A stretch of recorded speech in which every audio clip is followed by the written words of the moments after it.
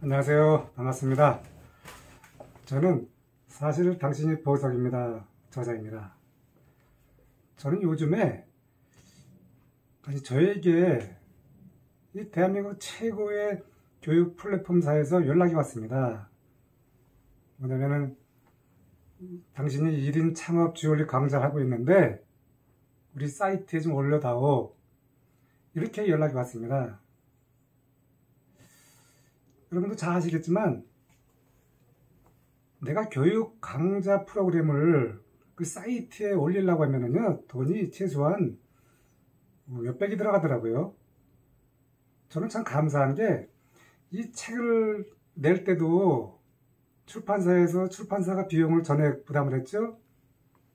이번에도 1인 창업 주얼리 강좌를 요즘 여러분 잘 아시잖아요. 대단한 분이잖아요. 무자본으로 수백억 매출을 일으킨 정모 대표님이 트렌드헌터 대표인데, 거기에서 제 콘텐츠 창업 강좌를 무료로 등록을 해줬지 않습니까?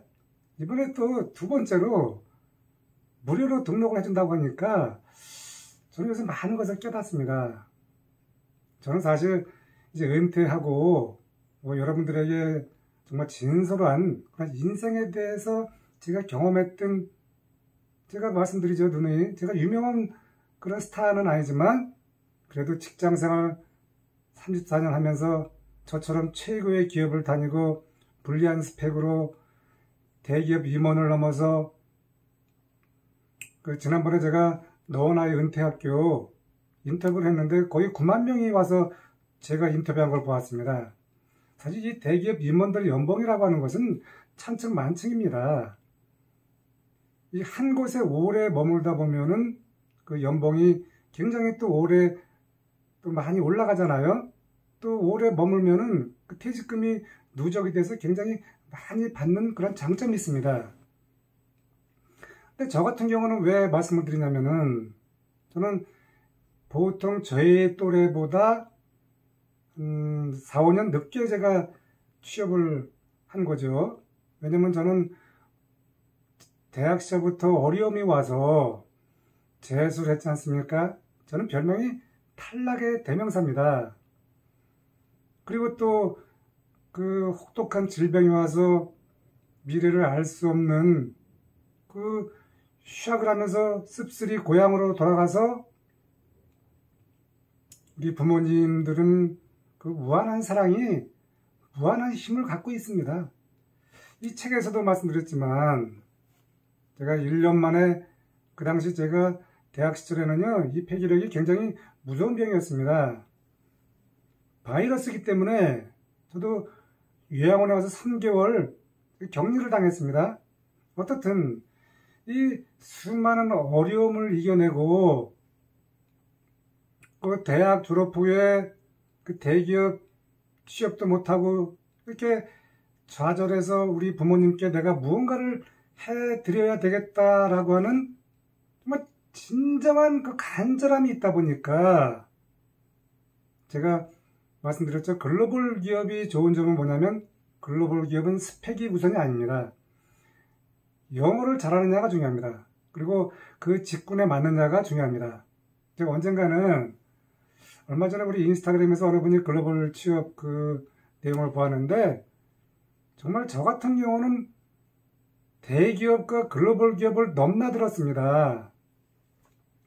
그 넘나든 기업이 여러분 아시겠지만 세계 최고의 보석회사와 세계 최고 면세점, 제가 되돌아보면은요, 어떻게 다같이 불리한 스펙을 가진 사람이 그것을 다 이루었을까 하는 그러한 그 뿌듯함, 그리고 누구나 할 수 있다라고 하는 그 자신감을 제가 심어주고 싶어서 제가 이렇게 다시 목을 높여서 말씀을 드리는 겁니다.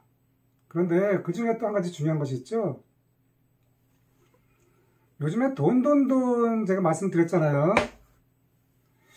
그 돈이라고 하는 것은요, 이 공부해서 내가 그 자산을 늘릴 수는 있겠죠. 저는 공부해서 자산을 늘린 것이 아니라 저희 장모님이 제가 결혼식 할 때 그 젊은 날에 준 지혜로 제가 오늘 이 자리에 여러분께 충분히 제가 짠테크를 할 수 있는 그런 소재거리가 있어서 말씀드리는 겁니다. 뭐 수백억 수천억을 만들어서 하는 게 아니라 저는 말씀드렸죠. 똑같은 직장인의 길을 걷고 30년 뒤에 보면은요 대다수가 뻔하잖아요. 우리가 집 한 채 정도. 근데 저는 그게 아닙니다. 저는 그렇다고 해서 제가 부모님으로부터 받은 게 있냐? 받은 것도 없습니다. 참 저는 우리 아내한테 감사한 게 제가 한남동에 그 허름한 연립주택, 사실 그때 제가 좀 허름한 연립주택이 아니라 조금 좋은 거를 샀으면 제가 그 당시에 굉장히 자산 가치가 늘어났겠죠. 제가 말씀드리는 것은 이 짠테크라고 하는 것은, 그리고 부동산이라고 하는 것은 알 수가 없습니다. 제가 이제 토요일 날 말씀드렸죠.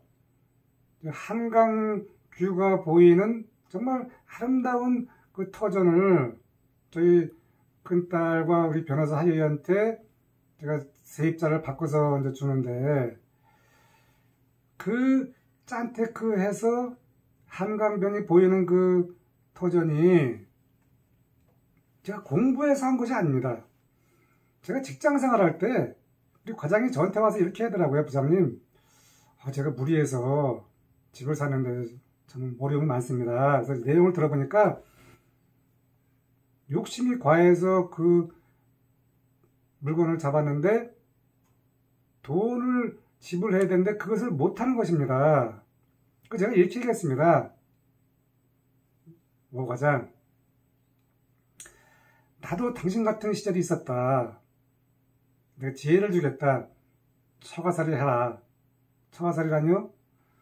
당신이 지금 집을 갖고 있는 거를 전세를 주고 그 돈을 받아갖고 네가 좀 욕심부려서 잡은 거 거기다가 그 돈을 지불하고 당신은 처갓집에 가서 살아라.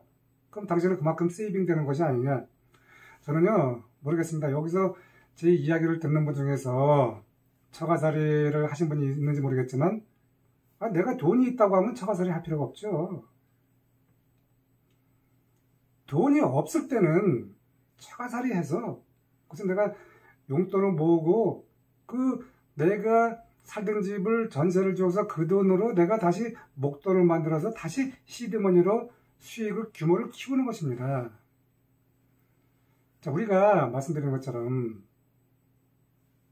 많은 책도 봐야 되죠. 올바른 경영과 올바른 재테크를 위해서. 그렇지만 저는 개인적인 사견입니다.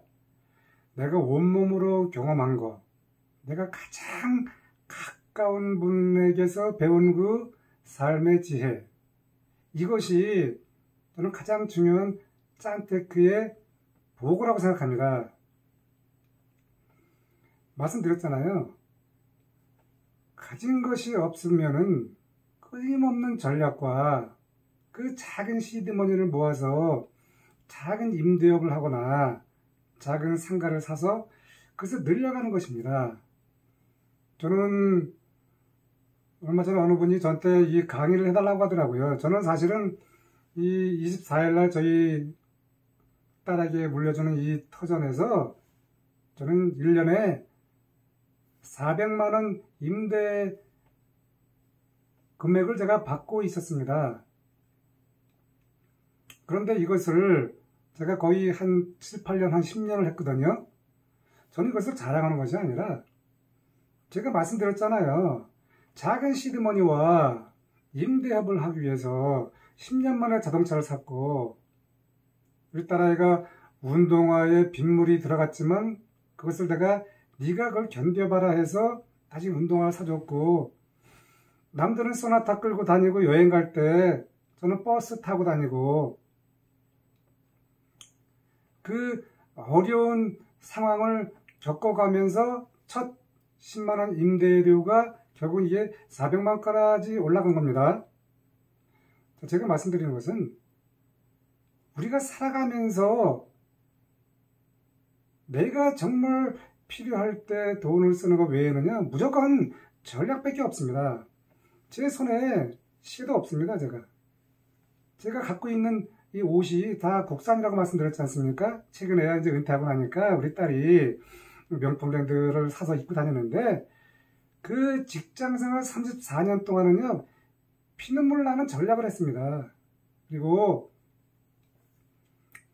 이 짠테크라고 하는 것은요, 그냥 하는 것이 아닙니다. 오랜 동안 내가 목표를 정한 그것에 대해서 시장 조사를 해야 됩니다.